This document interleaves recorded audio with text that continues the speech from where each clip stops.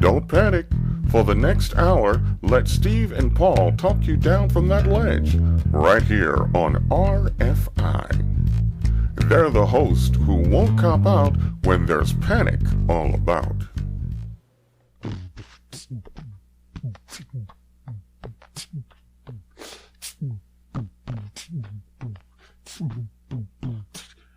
Like a rhinestone cowboy. Welcome to the Don't Panic Radio Show. My name is Steve Vinson. Sitting right over there is Paul Schultz. Hey, how you doing? And nothing you're about to hear is true. I'm doing all right. You're sitting in the middle of a blizzard. Yeah. Yeah, the blizzard of 16. Yeah. We'll be telling our grandkids about it. There'll be folk songs written about it. Yeah. There'll be bluegrass written about it, and maybe I'll sing. I'll sing about it. We can always hope. That's right. The world received good news earlier this week. It's been confirmed that following this show today, immediately following this show, is the triumphant return of MP Cavalier to the Do It Indie Radio Hour. I think it was your song. No shit, man. Who else do we want to heal? Yeah, that's right. Your songs are like Jesus. Go away, Donald Trump. My songs are like Jesus. That's right. Praise my songs. You're like the Brother Ted of internet radio. My. It's a glorious day. Oh, man, that shit. How could we ever have believed? For those of you that don't know, Paul and I went to a fundamentalist Christian church when we were teenagers. Mostly we were trying to get laid. But yeah. But I don't know. We took it seriously because we're like method actors. We had That's to, we couldn't just play church. We had to be church. That's right. That's right. And shit, man, it was speaking in tongues and it was healing the sick. Only thing we didn't do was handle snakes and drink poison. I once told somebody that we'd handled snakes, and Nice. they actually, yeah. The only snake I handled was between my pants. And that was the time that snake got in your pants. That's right. I was pouring poison down my pants. And, but I can't believe that there was a time when I thought that shit actually worked. Like that you could actually lay hands on somebody and heal their cancer. Yeah. I don't think I actually ever really did believe that. I think I was just, wanting to more than, I believed actually it. believing. I believed it before it was cool to believe it. Well, I mean, I did a lot. I mean, that was a time period too where like I was exploring, religions in general. Yeah. And looking for that thing, and that wasn't none of it took, obviously. Yeah. Till I found the ancient astronaut. That's right. Praise the ancient astronaut and my songs. and your songs. Well, I'll never forget my dad saying like, I think you might be into it like a little too much. And I was like, well, how could you not want me to be super involved in a church? I mean, that's like the thing to do, right? I'm like the poster child for Right. good son, right? Right. And he goes, well, I've seen people do that before where they get like super involved in church. And he's like, eventually they end up not having any church, like no religion. They just kind of walk away from all of it. And I was like, oh, that ain't happening to me. I'm born again, man. And look, my dad once again nailed it. Your dad is the Nostradamus of Springfield Township. So the University of Tennessee, which is where Peyton Manning went to college. Mm-hmm. You know who Peyton Manning is, right? Yeah, he's that gigantic boy child. Gigantic boy child. Yeah. He is Archie Manning's son, Eli Manning's brother. And I'm sure they're both their mother's sons. I don't know what her name is, oddly enough. Excuse me. Mrs. Maybe we need to hear from her on this next one. A couple of weeks ago, some women filed a lawsuit against the University of Tennessee, which is where he went to college. I think we covered that already. Accusing the school of having a, quote, hostile sexual environment, end quote. Its athletic department paraded all 16 of its coaches out for a joint news conference on Tuesday. 16. It must just be head coaches. It's like of all their various sports, right? Oh, because to me, 16 seemed like a lot. Oh, so apparently, I don't know from sports. So apparently, in the academic programs, there's more coaches than that. But 16 just seemed like a lot. Well, in the major programs, I mean, the football team alone probably has 25 coaches. Oh, okay. There's a head coach, of course, and then there's an offensive coordinator and a defensive coordinator. That's two more. That's three. Then there's a offensive line coach, and then there's a quarterback coach. Then there's I believe a running backs coach, and then there's that's just the offensive side. Oh, tight ends coach, wide receivers coach, and then on the defensive side, so you've got the defensive coordinator, the linebackers coach, the cornerbacks coach, the defensive line coach, and then there's the special teams coach, the strength and conditioning coach, the am I forgetting any?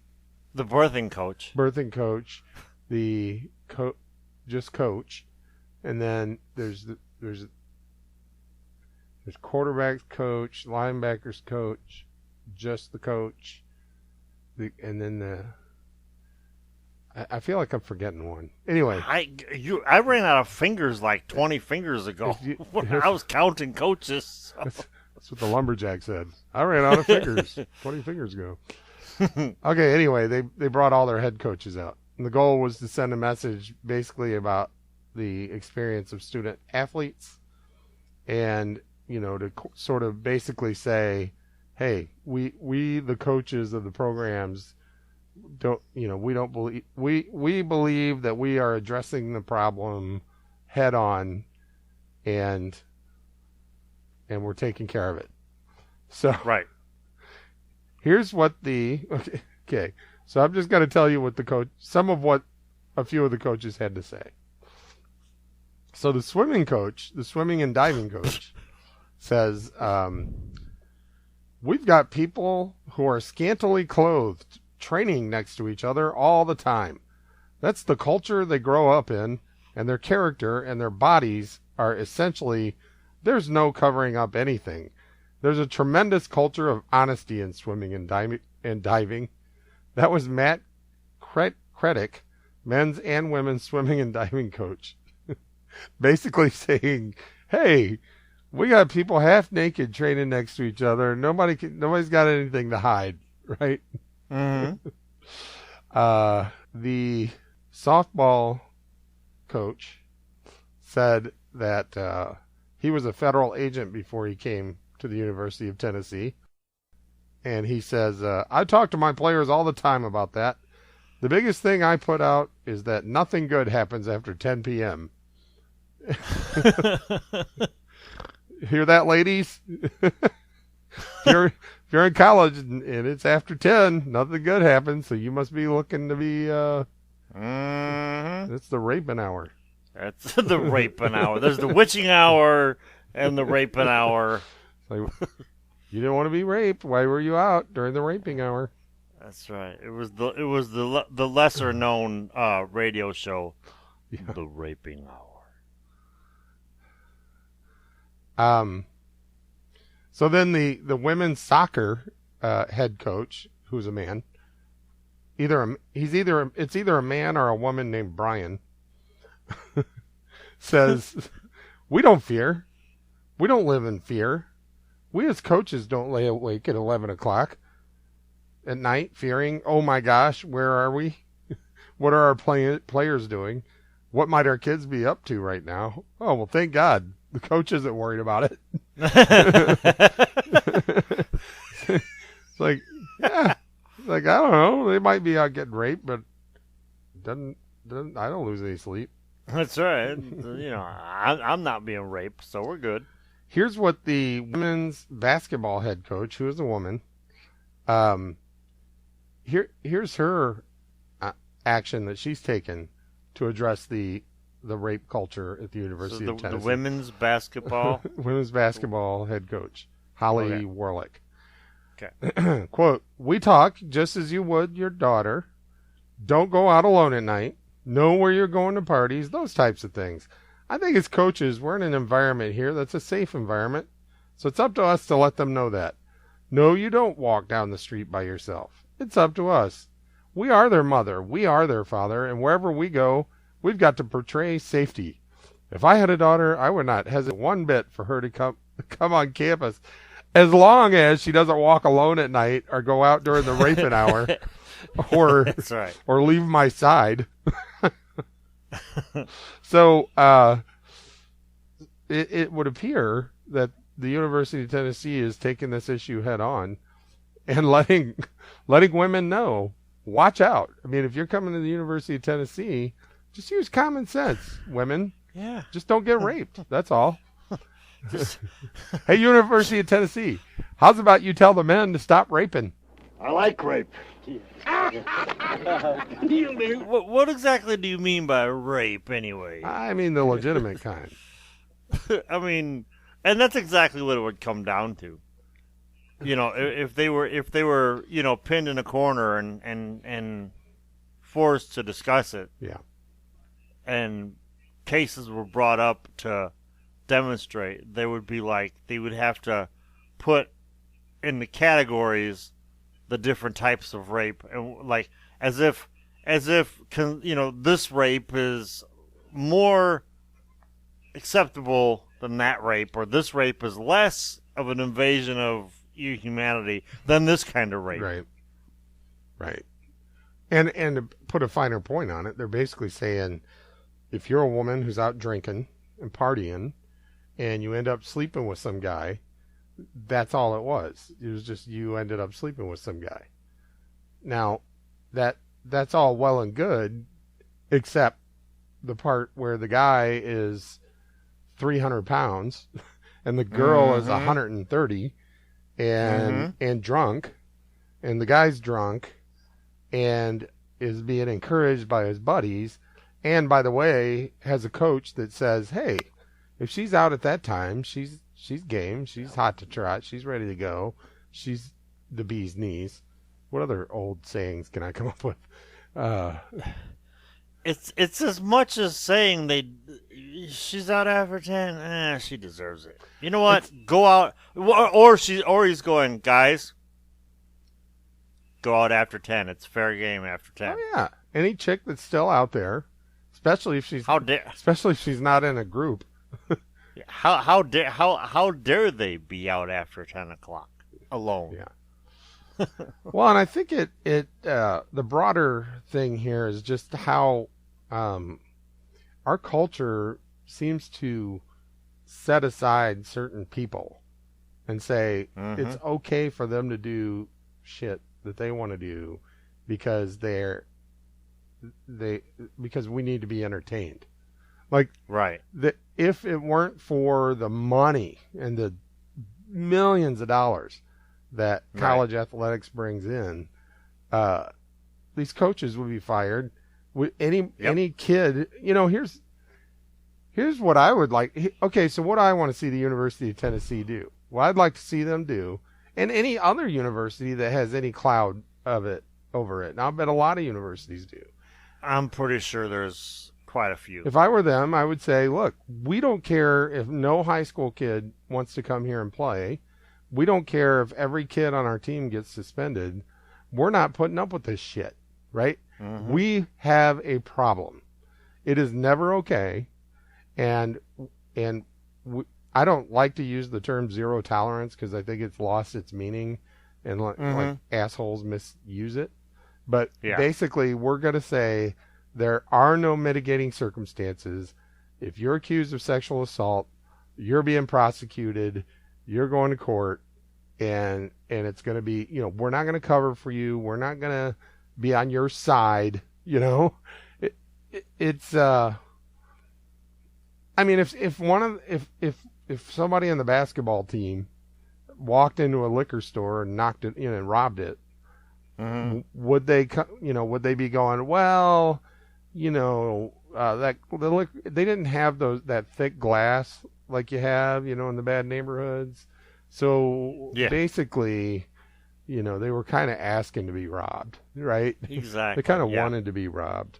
You had money in your cash register. You were just asking for it. That was the who the hell wasn't it? I mean, not.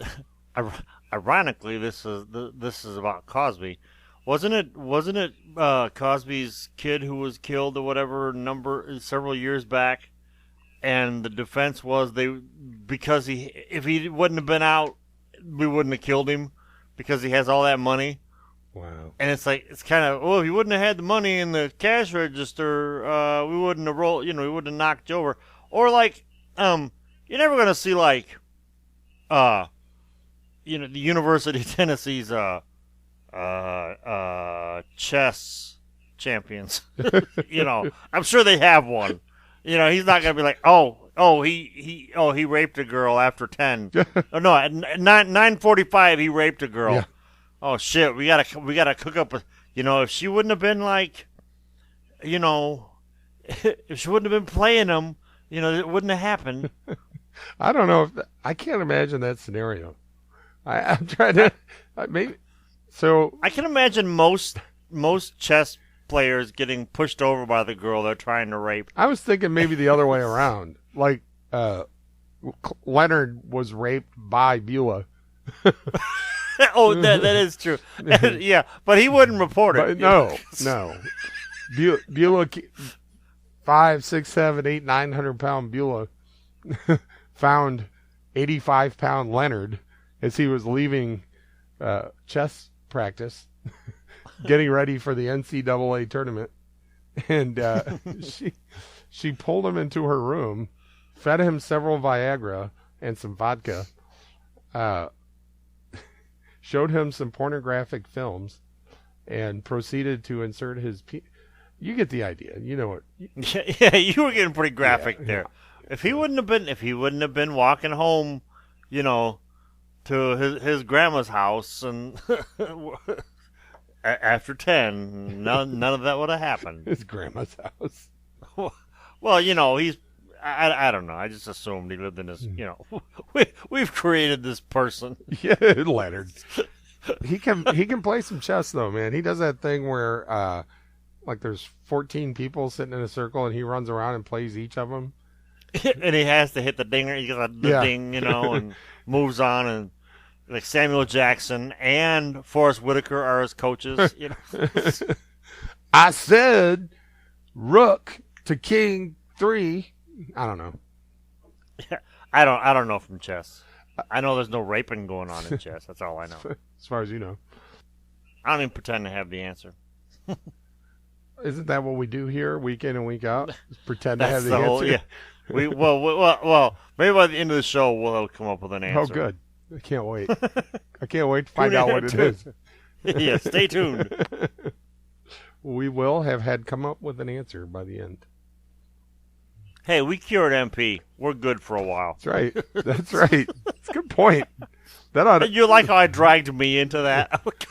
we cured MP. That's right. Well, hey, by association. You mixed the song into you produced it. I'm like one of the disciples. You're Jesus, and I'm one of the disciples. You mean the gangster disciples from Chicago? Yes, sure. You're one of them? That sounds kind of cool, so yeah. I love gangsters. My daughter was asking me about gangs the other day. We were walking, just on a walk, and she's like, she goes, "We're like a gang." I was like, "Yeah, we're kind of like a gang." And she's like, here's how gangs walk. And she did some weird, like, Ministry of Silly walk. I was like, no. When I was in a gang, this is how I walked. And I did that thing. Every time my left foot landed, I would snap, you know? That's right. Because I remember those rough gangs we used to be in back in the day. We were so creative. I think we called ourselves the Warriors. That's right. Because somebody's older brother let them watch, like, somebody's older brother had a videotape of the Warriors movie and let them watch it, probably, or they saw the cover. Yeah, we saw the cover. I think I was in 4th grade, maybe, or something. And I don't know. All I knew is some kid came up and said, "Hey, you want to be in our gang?" I was like, "Yeah, sure. The Warriors. Okay, sounds good." And then later that day, like Billy Sikorsky or somebody comes up to me and says, "Hey, at second recess, we're all gonna find anybody who's part of the Warriors. And we're gonna kick their ass. You wanna join with us?" And I was like, okay. And I thought, my chance to be a double agent. That's right. So I ran back. So I ran back to whoever asked me if I wanted to be in the Warriors. And I was like, dude, some of the 5th graders are planning on like fighting us later. And he's like, all right, man, it's on, you know. And second recess comes around, and a few of us Warriors kind of gather up on the playground, and we see from around the building at Springfield a good 50 or 60. And there weren't 50 or 60 kids at Springfield, so I don't know where those other kids came from. They showed up. They were bussed in. It's like Cool Springs, Springfield, and Neiman all got together, and they came around the corner of that school, and like there were a few in the vanguard, like a few advanced scouts, like, Are you part of the Warriors? And every single one of us was like, no, Warriors, what's that? I don't know what you're talking about. It didn't take much to get us Warriors to disband.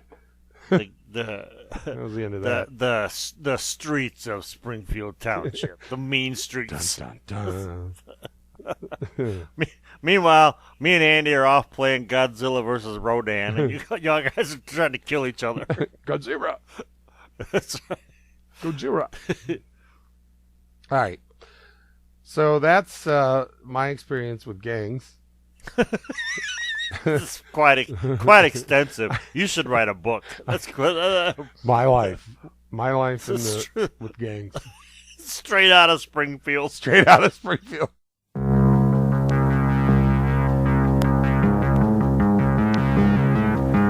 These are the armies of the night. Can you dig it? Can you dig it? The Furies. The Boppers. The Hi-Hats. The Lizzies. The Turnbull ACs. The Gramercy Riffs. Riffs! Yeah, right! And these are the Warriors. We know about the Warriors. They're a heavy outfit. They're from Coney Island. Warriors? You guys are the big dudes, huh? Now they're in the Bronx. We're going back. 27 miles behind enemy lines. It's the only choice we got. Between them and safety stand 20,000 cops and 100,000 sworn enemies. I want them all. I want all the Warriors.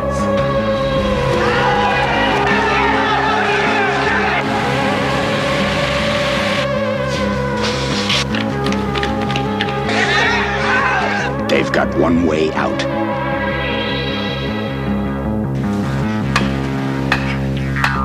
They've got one chance. They've got one night. The Warriors.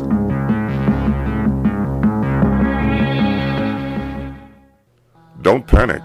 It's Steve and Paul on RFI.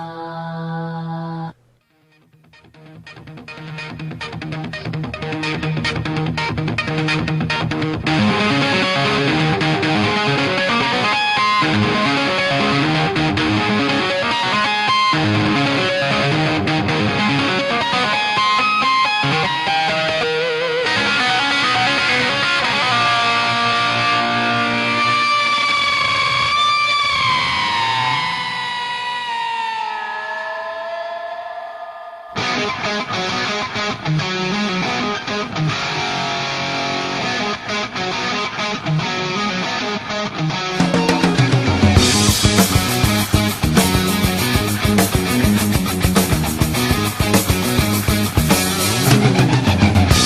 night I walk this stinking street past the crazies on my block, and I see the same old faces and I hear that same old talk. And I'm searching for the latest thing I break in this routine. I'm talking some new kicks, ones like you ain't never seen. This is home. This is Main Street. It's our home, the only one I know. And we don't really back to my blow, 'cause we're sick of these four walls. Now what you think is nothing might be something after all. Now you know this ain't no blue street and this dead ahead. The poor folks play for keeps down here, they're the living dead. Come on down, down to East Street. They're dancing now, out on Mean Street. Dance, baby.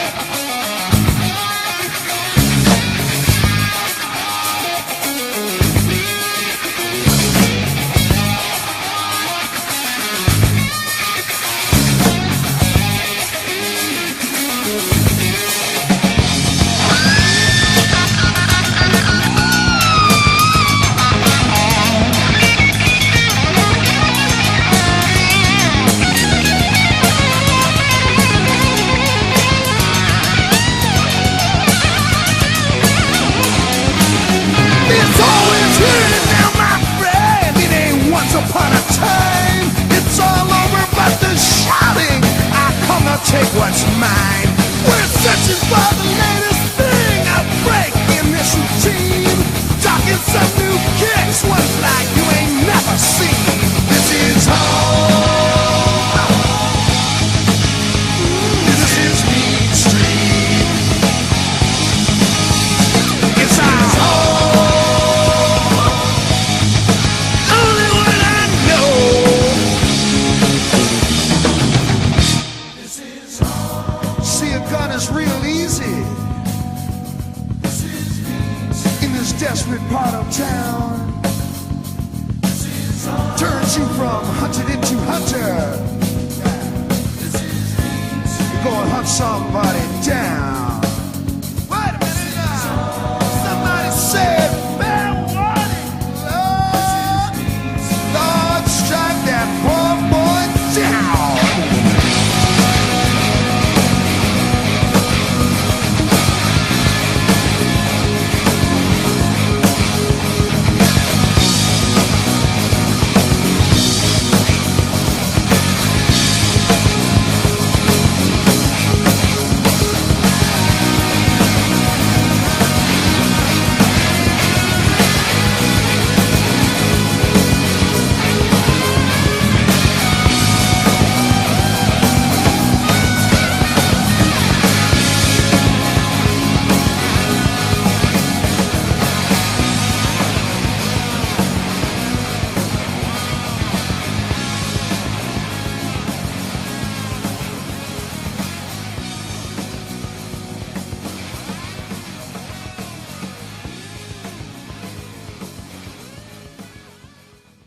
And what's this about 10 p.m.?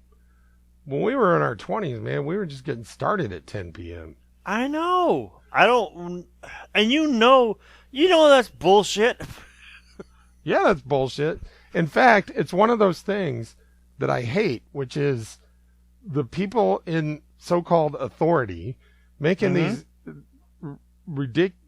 goddamn ridiculous statements that they know good and well is bullshit, because they're younger than we are. These people, you know, they're like in their 30s. So it was like less than 15 years ago that they were basically in the same situation, and they know good and well that 10 o'clock's about the time you get started. right? Mm-hmm. And basically their statement of saying, well, it's don't go out after 10. Basically what you're saying is, well, we don't understand your life and we must not be talking about you, because you got to be nerdy and unpopular if you want to stay safe.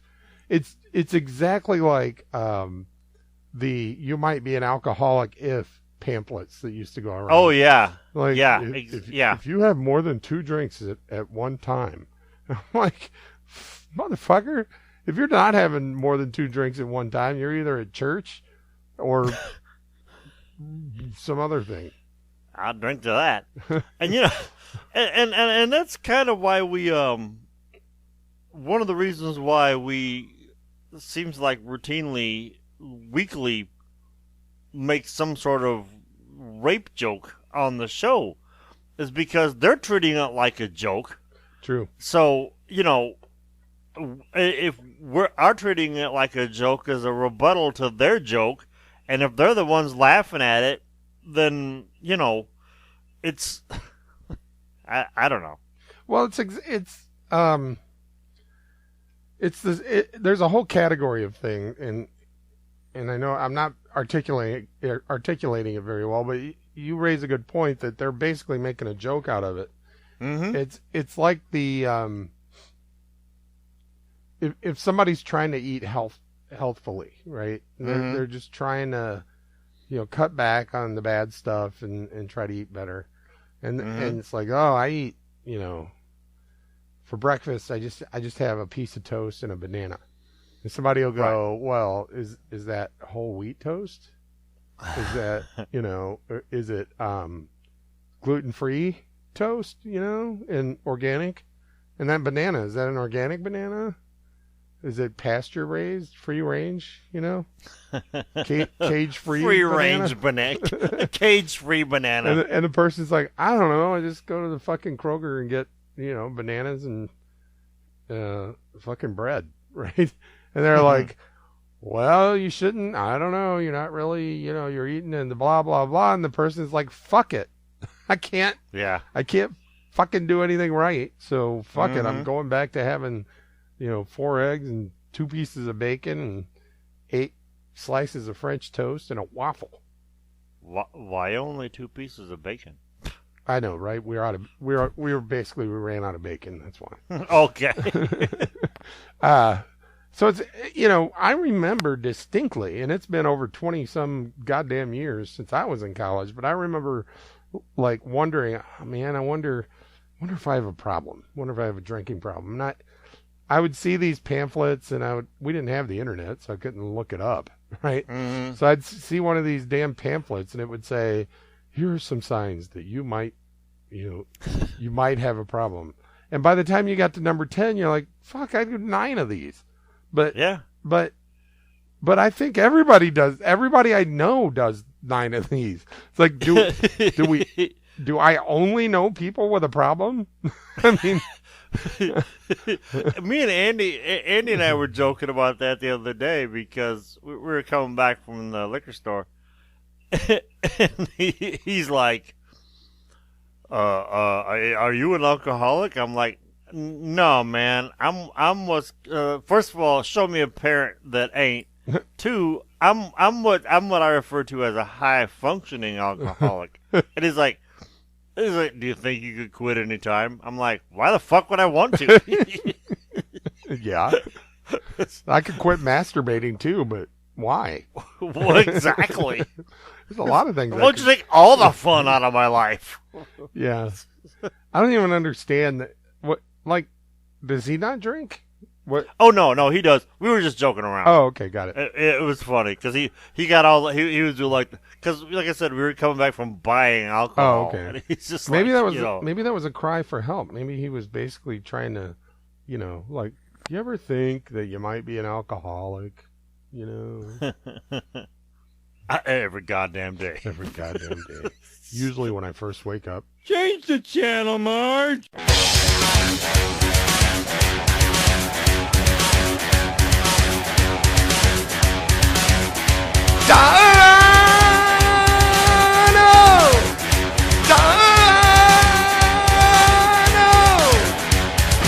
just can't seem to let it go.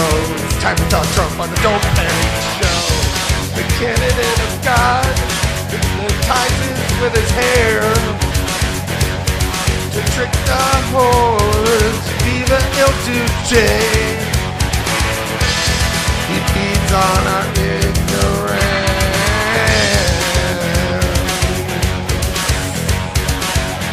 If he wins, our ratings will soar. We'll do the show from Canada.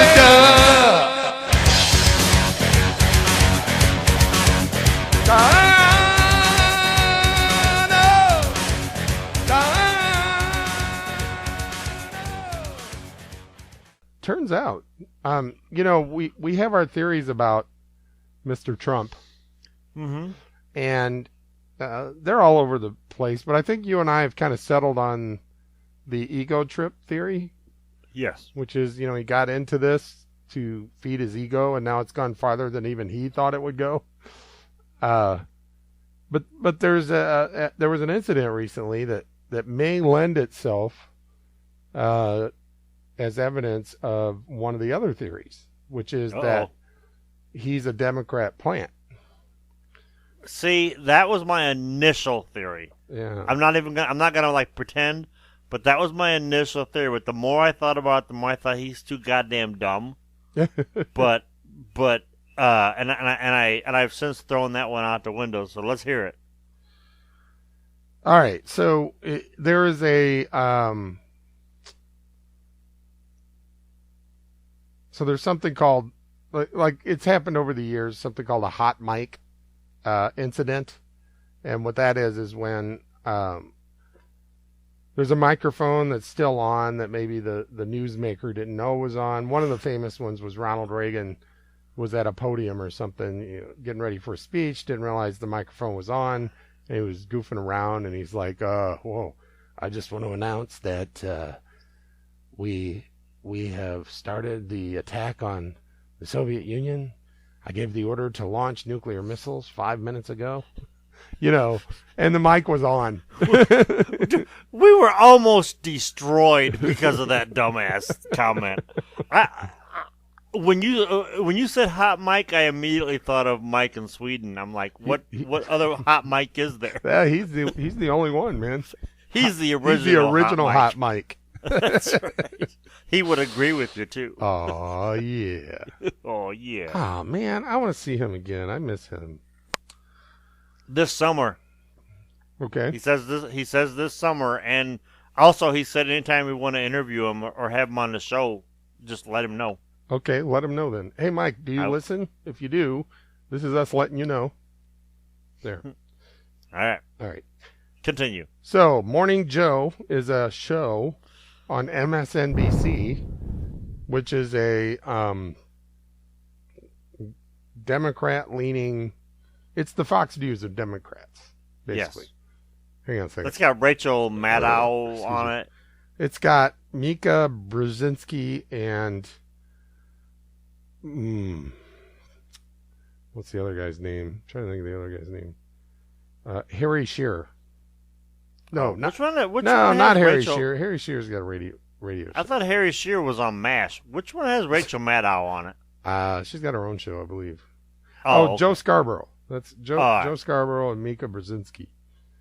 No, Rachel Maddow's got her own show. It's called probably like the Rachel Maddow Show or something.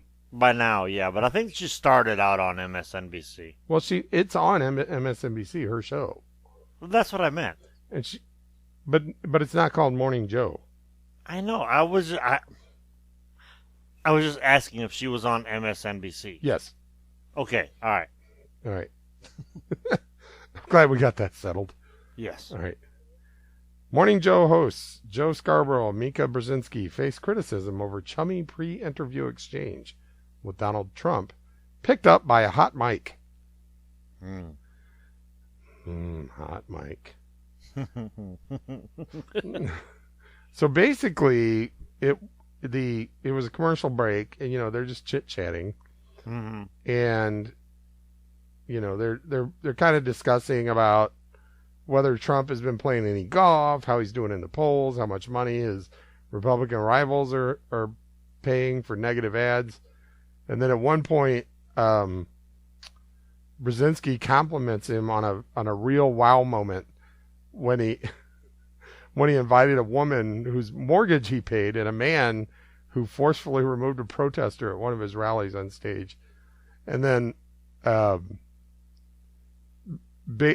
basically they had played it on Morning Joe, and he told the host, like, you had me almost as a legendary figure. Like at one of his rallies, he pulled a guy up on stage who had gotten rid of a protester. He pulled a woman up whose mortgage he paid off, and MSNBC made him out to look like a hero, basically.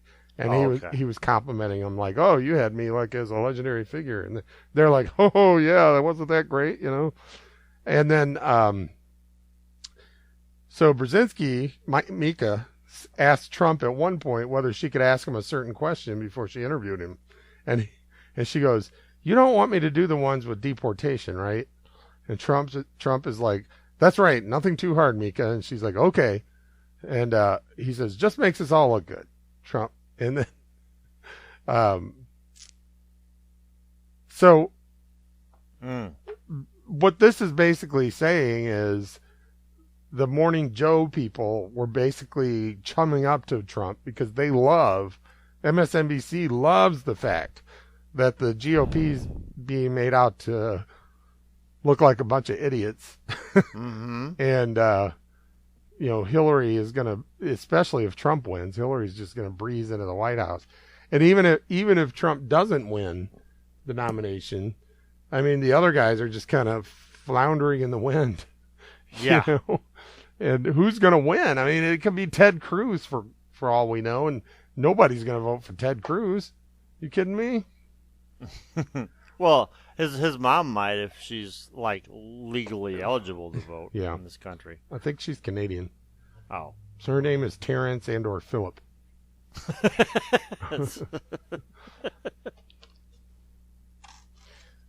So that's our Trump story for today. Still no Sarah Palin. No sign of Sarah. No. You know what we should do? We should put her on a suicide watch. Well, one thought is that she could be the energy secretary in a Trump administration.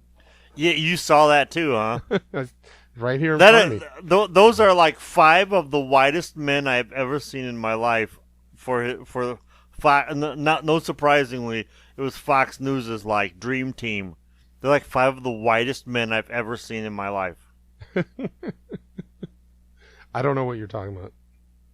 Who's on the list? I just saw a headline. What does it say? Trump cabinet auditions. Progressive Energy Secretary Sarah Palin. Okay. Well, they've got Fox News put out who was on there? Sarah Palin was the energy one. Who's the articulate one? Oh, the black guy? Yes. No, they're all white. Oh. Who's the articulate one? Well, you did say articulate. Yeah. It's ridiculous. You should just Google it. Fox Trump Dream Team. That should be enough words to get Hey it. Siri, what is the Fox News Trump Dream Team? Hang on, let me listen. I don't know what you mean by let me listen. No, I don't know. Hang on, you're done listening. Now I'm going to listen to your answer. No, fuck it. You listen here. What is this song? It's not a song. Hang on. It's not a song. I'm asking you a question about what does Fox News thinks is Trump's dream team. I'm not sure I understand. Clearly, you don't understand. Here, let me ask it. Hold on. Fox News Trump Dream Team. I'm not sure I understand. Trump, not truck. God damn, Siri is in rare form tonight. Oh, Lord. With our tongues planted firmly in our cheeks. we move Which on. cheek? Which cheek? Keep it out of my cheek. That's all I got to say. All right. Well, enough about Trump. And on to other things we don't understand. So we have the National Aeronautics and Space Administration, which I like to call NASA. That's right. A couple of us, we that are in the know refer to it as NASA. And ever since Armageddon came out and alerted us all to the possibility of a meteor striking the Earth, and then needing to send up, a bunch of dudes that don't know anything about space to drill into the meteor and plant a nuclear bomb and split it in half. Because we all know, it's funny how movies make us all experts on stuff. It's like, if they said, like if tomorrow they came on the news and said, there's a meteor traveling straight toward Earth, and one of your buddy, and like somebody came on and said, so we're going to send a nuclear tipped missile to explode on the surface of the asteroid. We're all experts on how that would not work. We'd be like, oh, well, you might just like break it into a bunch of pieces instead of one big asteroid. You'd have like 1,000 large meteors. Or some people might be like, oh, it'd be like, it'd be like a mosquito trying to bite an elephant. It's not big enough, Other people would be like, well, you could just knock it off its trajectory. It's like, yeah, it's so unpredictable, though. Maybe it's not on a trajectory to hit Earth right now, but we'd blow it right into, it's just like we're all experts, right? Yeah. Well, anyway, you sent me a thing that I love about, anybody who has a conspiracy theory about the government. Yeah. Just needs to realize they can't fucking unlock an iPhone. Yeah. It's so true. So all of the movies, when they discover the meteor's headed for us, we only have 1 year, or we only have 45 days, right? Well, fuck, man, that one exploded over Russia, and they were all like, what the fuck was that? But at least they figured it out within hours. They were like, oh, yeah, that shit was a meteor, right? Well, apparently, on February 6th, a meteor exploded over the Atlantic Ocean. And we are just now, and by we, I mean NASA, is just now figuring that out. So this event was the largest atmospheric impact recorded since the 2013 Chelyabinsk meteor in Russia. Which was spectacular, if you've ever seen footage. Oh, yeah. It's like, that's when I learned, like, every fucking car in Russia has a dash cam. Because it was... and here's this angle, and here's this angle. In Russia, every car has dashboard cam. And actually, I was working with another project manager based in Geneva who's from Russia. And this was near her home, like where she grew up. That's where this happened. So, and okay, so the one over the Atlantic Ocean released energy equivalent to the detonation of 13,000 tons of TNT. Can I just say this about how we measure explosions? I just don't fucking get it. You and me both. So they always go, like, everything should be measured in, I don't know. We need different units for explosions. Yes. Because you'll have the, this nuclear weapon is the equivalent of 1,000 Hiroshima bombs. I'm like, that really doesn't mean anything to me, because you spent my entire childhood scaring the shit out of me, showing me how badly Hiroshima was destroyed, and now you're like 1,000 times. I'm like, how are you gonna? How would you blow up Hiroshima any worse? Yeah, yeah. It's pretty much devastated as it was. And then the other thing they'll do is be like, it was the equivalent of 18,000 tons of TNT. I'm like, I don't even know. You could explode a pound of TNT, and I don't even know what would that be. I don't know. Is that like an M80 or an M? And I don't even know. M80s were always like, this is an M80, and somebody blows it up, and I go, that seemed bigger than the last time I saw an M80. Oh, that was a quarter stick of dynamite. I'm like, well, okay, can we measure it in sticks of dynamite? I don't know. They really need to just redefine. You're right. They really need to just, to keep, because we're confused. I'm confused. I don't know what 13,000 tons of TNT means. Well, all right. Where did this thing? Okay, it blew up over the ocean. The Atlantic Ocean, yes. The Atlantic Ocean. All right. How far above did it explode? Like in the atmosphere? Let's see. I'll look that. I'll get right on that. I'll get our research department on that. Okay. Well, because I'm asking because. Oh, there's a picture of it. Okay. No, that's a picture of the Russia one. Assholes. Yeah, this is good radio right here. Well, what I'm getting at is, if you throw a fragment of a stick of TNT into like a lake, it's gonna kill a fuck ton of fish. Where are all the dead fish from said exploded meteor that apparently hit the water? So 13,000 tons of TNT is about the size of Hiroshima bomb. Okay.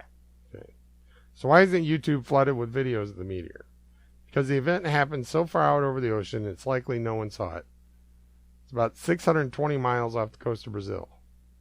It was only picked up by military monitoring instruments like satellites and seismic monitors. The meteor was estimated to be around 5 to 7 meters wide, which makes it the biggest to enter Earth's atmosphere since a meteor exploded over the Russian city Chelyabinsk in February 13. In fact, the Chelyabinsk meteor was much larger. That explosion was the equivalent of detonating 500,000 tons of TNT, 40 times more energy than this meteor. That blast injured more than 1,000 people. NASA estimates around 30 small space rocks explode over Earth every year, but most are unnoticed because the Earth is 70% water and most burn up over the ocean. So I don't know where the fuck the dead fish are, tell you police. Did I say tell you the police? You said tell the police. I meant tell you the truth, is what I meant. But tell the truth to the police. Apparently my wife's home because she's posted a picture of our heated garage. Well, that's good. Unless it's an old picture. Oh, good point. She's posting that photo from the basement. Mr. Vincent, she's in the basement. She's in the basement. All right, man. Well, I'll tell you what. This episode may not have been very funny, but I guarantee you one thing. We're going to end it with a laugh. And if anything, it was informative because we've now figured out what a kiloton is. Well, I'm not sure. I love that graphic, though. I'd love to show our listeners if they would ever visit our Facebook page. God forbid.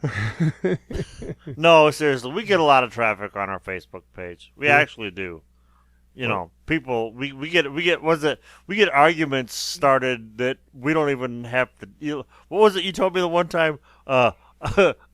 We started an argument at a party and remember then walked away. Yeah, then walked away.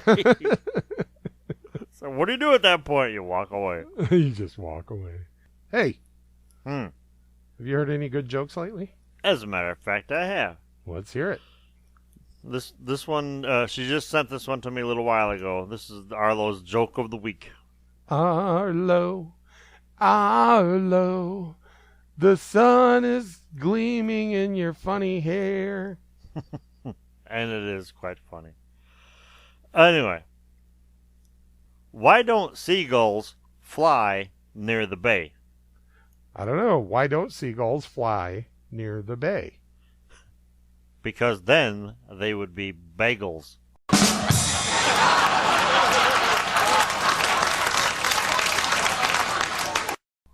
Bagels. I get it. Oh. Well, there you go. There you go. All right, everybody. Do not touch that mouse. because Do It Indie Radio Hour is next with the triumphant return of our beloved MP Cavalier. I'll be tuning in. Please do. And for Paul Schultz, I'm Steve Benson. Don't you dare forget, nothing you just heard was true.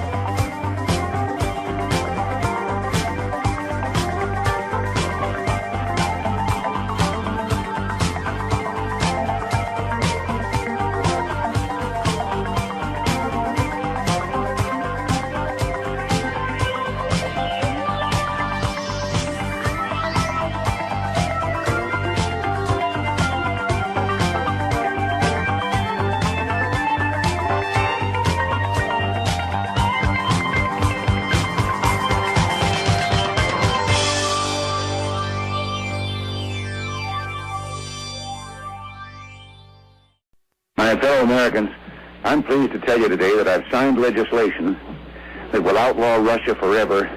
We begin bombing in 5 minutes.